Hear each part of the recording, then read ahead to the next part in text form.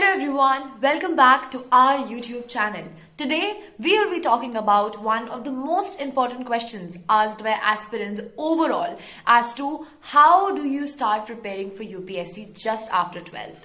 So now when you are done with your 12th boards, a lot of students are extremely excited to work in the civil services sector, especially an all India service such as IAS, which is a very prestigious yet responsible profession in our country today.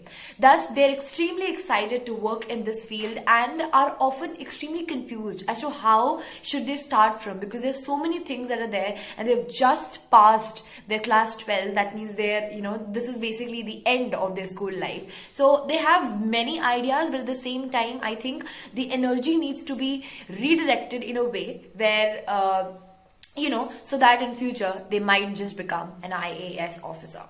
So now, since there's a lot of confusion, let me clear out the air by saying first and the first foremost thing that I think a lot of aspirants who are young, I feel they just out of excitement or maybe peer pressure or some interesting YouTube video just like that, it just ignites this kind of curiosity in them to work towards that. But little do they realize that it is much more than that one inspirational, motivational song they just heard about the IAS or some kind of video relating to the life of a diplomat. So what they need to do first and foremost is research well about the topic as in the civil services examinations, right? What is the pattern, what does it happen, or maybe even their ground realities and everything. And if you are fortunate enough, you can even talk to some IAS officer to gain that kind of perspective as to what exactly happens. You will have this check of reality, which is basically expectation versus reality, right? So I personally advise each and every person to read thoroughly about this particular profession, because it's not an easy task to carry out this profession, but at the same time even the exam is tougher than that, right? So that is the first point I would say. Secondly, since now you'll be entering your college, choose your graduation subject very, very wisely.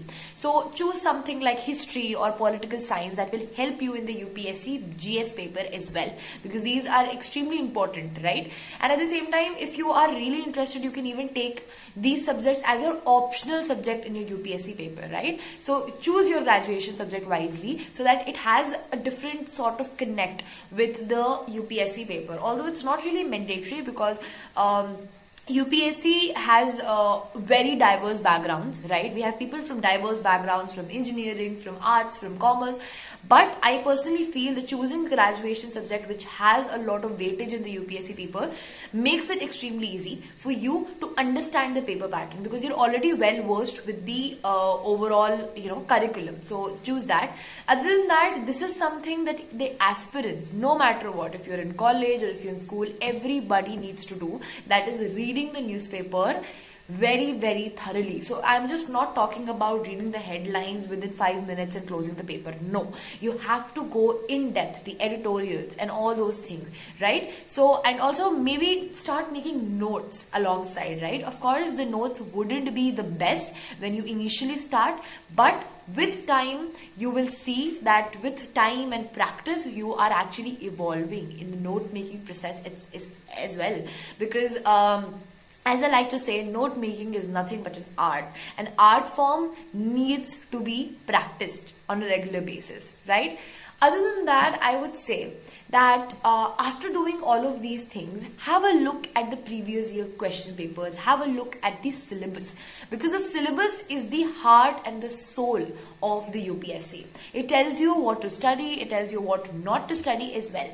And a lot of people skip the syllabus part and straight away jump into reading books. So when that happens, the consequence basically is that they just get overwhelmed, right? So when you know the syllabus and then you have an idea if it is for me and not, and then you can make the right decision for yourself, because IAS is not everyone's cup of tea, and you need to decide if this is that for you. So make the right decision for yourself and stay tuned for such educational content, and we'll be back with more amazing videos like these. All the best for all the aspirants out there, and make the right decision for yourself. Thank you.